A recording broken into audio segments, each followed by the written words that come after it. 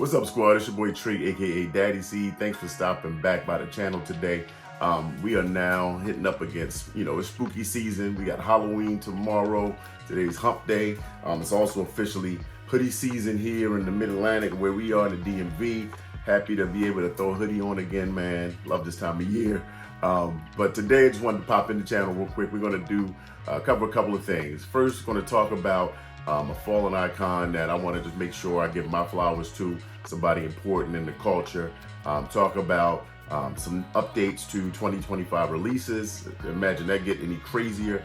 And then also talk about this upcoming month's releases, just a couple of top ones that's important and that's definitely high on my radar. I want to find out what you guys are excited about. But that's about it. Let's get into it. All right, yo. So recently, just this past week, we lost DJ Clark Kent. Now, I know a lot of folks in the sneaker space probably know him a lot. He's been on Complex Full Size Run with Brendan Dunn and Joel Puma and those guys talking a bunch. He's been on some panels for like Sneaker of the Year. We know he's highly and closely associated with Air Force Ones and a lot of collabs with Nike. But just to give you a little backstory on DJ Clark Kent, he was hip hop, man. Like DJ Clark Kent got into the hip hop game kind of early, in the 80s, but he's been in the hip hop game for a long time. He was actually a DJ for the old school rapper Dana Dane. And Dana Dane, when I was a kid, was dope. Dana Dane and Slick Rick were part of the group. They had the Kango crew, right? They wore the Kango hats with the English accent. Dana Dane was American and faked his accent. Slick Rick, of course, still rapping, still out here doing his thing. He actually is from England. And DJ Clark Kent was Dana Dane's DJ. But DJ Clark Kent went on further and did a lot more. He worked in A&R, was a producer, club DJ. And honestly, without DJ Clark Kent, a lot of us today would probably not know who Jay-Z is, or at least the way that Jay-Z came into the hip hop game. DJ Clark Kent actually introduced Jay-Z to Dame Dash, which became his business partner, label partner, and all of that right when they started Rockefeller Records. He was instrumental in the Reasonable Doubt album, Jay-Z's first record. He produced, a bunch of songs on that. He produced Brooklyn's Finest. Actually introduced Jay and Notorious B.I.G. So Jay and Big didn't know each other prior to Clark Kent putting them together, and he put them together on the Brooklyn's Finest track. So make sure y'all go listen to that. These are some classic tracks, man. If you're not deep into the Jay-Z discography, that first Reasonable Doubt album, man, I remember that dropped in 95, I want to say 94, 95. We used to bump that on the way to school when I was in college. But yeah, he did that. He produced the Coming of Age track. He produced Sky's the Limit on Life After Death album.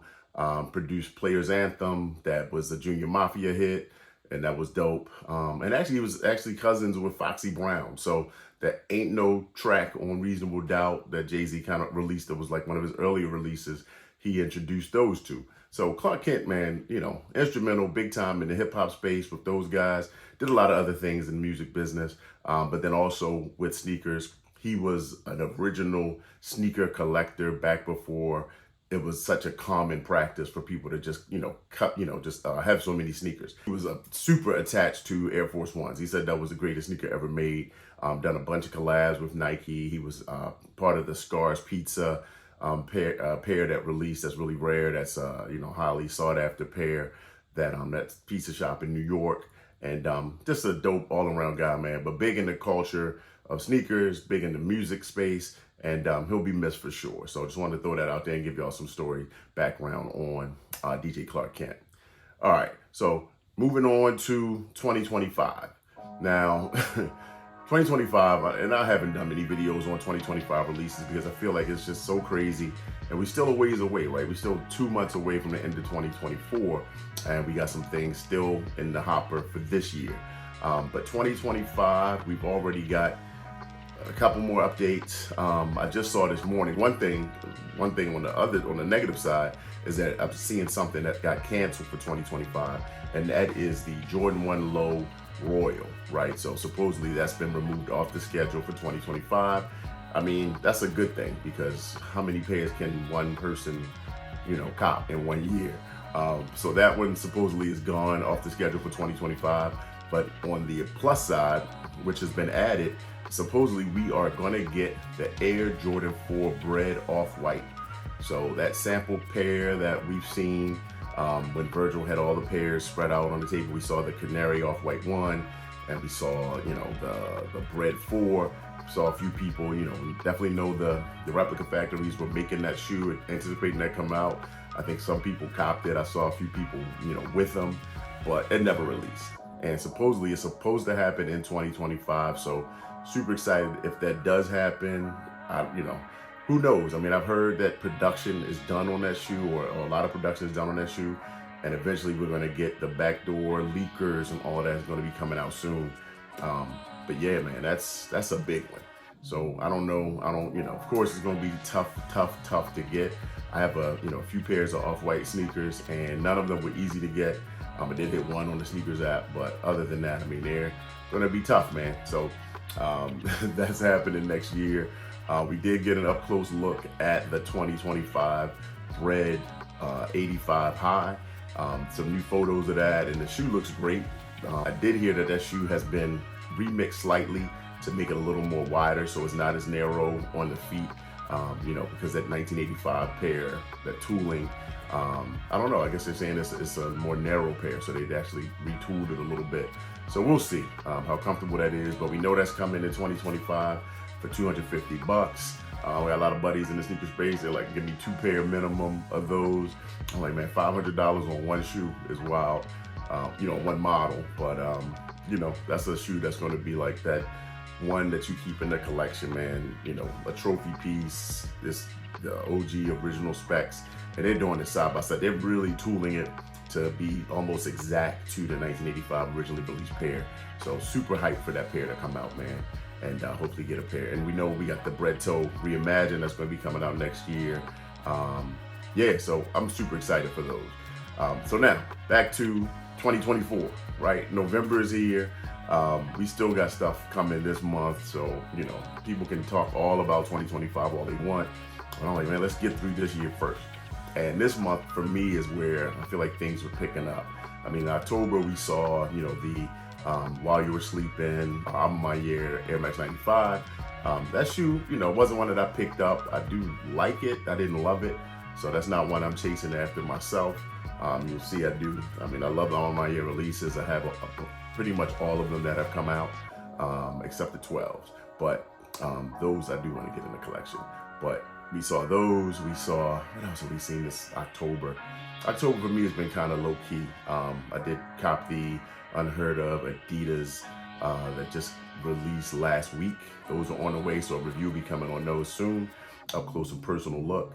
And yeah, man. Anyway, November. So what we got this month? We know what the big boy is for this month, right? The biggest, hypest drop, big, massive drop that everybody's waiting for. I'll talk about that last. But leading into the month of November, these are ones that's important to me that are on my list. There's some other ones that are dropping this month that really aren't, something that I have earmarked for cop. But one that I definitely do want is the Wu-Tang Dunk High that is dropping this month, and that is November 9th. I love it, man. Huge Wu-Tang fan. Been a Wu-Tang fan since 93, 94 when that 36 Chambers album dropped. But I love Wu, man. I love the Wu. I saw RZA on the Complex show with Brendan Dunn and crew, and he was talking about how that shoe, when it released, supposedly it was about 100 pairs that got made, right? So that's the rare factor. And he said the clan got about 50 pair for family and friends. I know initially they said 36 pair total. He said it was about 100 pair. 50 or so to them, 50 to some Nike, friends, family, close people to the project. But that shoe, I mean, prices on that shoe in the 30,000s or whatever. He said he went to a store and asked if somebody had it, and they said we could get it for about 100,000. He's like, that's crazy. But if the demand is there, people want it. He said, let's open the vault. Let's see if we can get it reran. So we don't know what the production is going to be like on that model. He said they still want to try to keep it limited, but it will be enough that, some fans can actually get their hands on a pair. I'm hopeful, man. Size 11, please and thank you. If you plug into my IG, you'll see like any post I'm doing right now.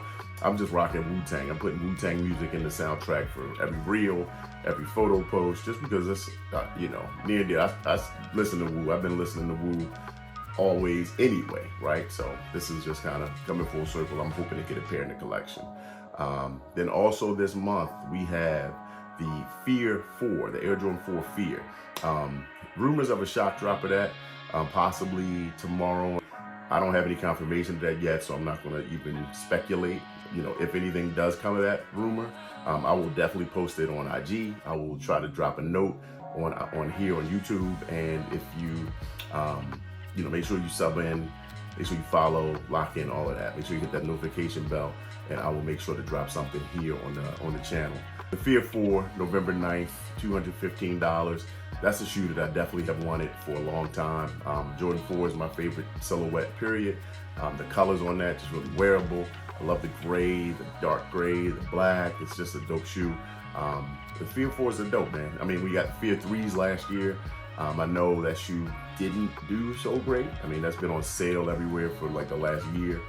Supposedly we're gonna get Fear 5s next year. That's the rumor. We'll see. But the 4s are definitely one that I want to get my hands on. So let me know. You know, what do y'all think about the Fear 4? You know, that remix shape.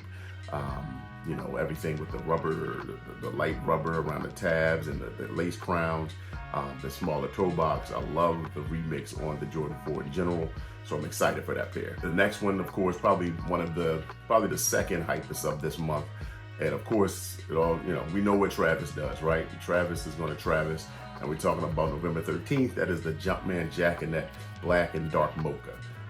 That shoe itself, you know, I have the white and mocha, this guy here, that's made of this basic color like the Mocha 1 lows. I like this shoe a lot. Definitely like this shoe a lot. That shoe won't go crazy like a Travis Jordan 1, but I'm sure it's gonna sell out. And they said it will be on the sneakers app, but that new release with the suede and the whole deal around that shoe, the way they did this, you know, new buck, where this was leather and canvas, that shoe looks a lot better to me. Different color blocking, very wearable. And we know, like I said, it's going to do what it's going to do. Travis always going to sell out. So if that's on your radar, let me know as well. And of course, big boy of the month is the Air Jordan 3 Black Cement. So, you know, we know what that is. It is not remastered, remixed. It is remastered. It's not reimagined, right? There's no sail.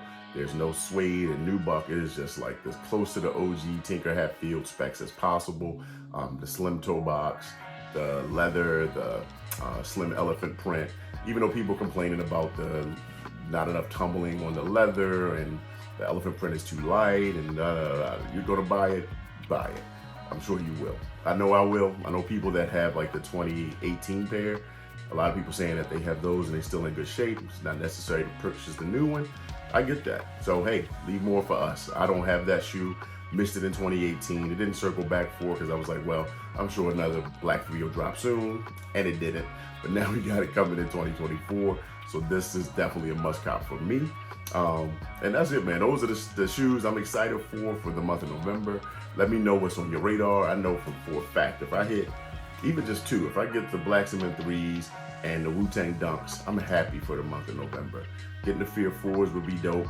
Travis would be dope, but Travis does what Travis does. That's like rolling dice, right? So that's it, man. I'm excited for the month. Let me know what y'all think, what's on your radar, what's a must cop. And again, I will see you. I got new videos coming in the next day or 2.